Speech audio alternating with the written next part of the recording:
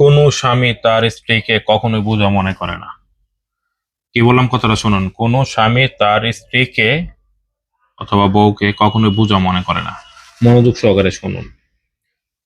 স্বামীর থেকে আপন জন এই পৃথিবীতে আর দ্বিতীয় কেউ নাই।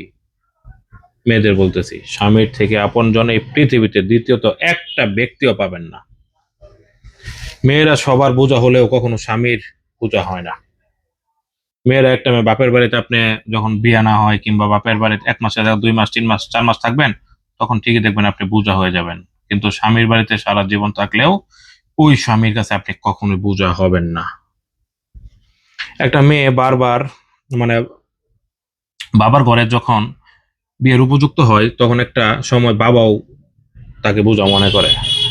মেয়েটা যখন বয়স বেশি হয়ে যাবে, তখন একটা মেয়ে কিন্তু নিজের বাবা সেও তাকে বোঝা মনে করে, কিন্তু স্বামী কখনো বোঝা মনে করে না। স্বামী সবসময় দিন রাত পরিশ্রম করে তার স্ত্রীকে সুখে রাখার চেষ্টা করে একটা স্বামী, কিন্তু তারপর বোঝা মনে করে না। কিন্তু কখনো মাথার বোঝা মনে করে না, যত পরিশ্রমই করুক একটা স্বামী। এ হচ্ছে স্বামী। তো আপনাদের বলবো, আপনারা আপনাদের স্বামীদের প্রতি আরো ভালোভাবে ভালোবাসুন। আপনার স্বামীদেরকে মন থেকে ভালোবাসার চেষ্টা করবেন, কারণ এই স্বামী ছাড়া দুনিয়াতে আপনার আর কেউ নাই আপন। ধন্যবাদ। আসসালামু আলাইকুম।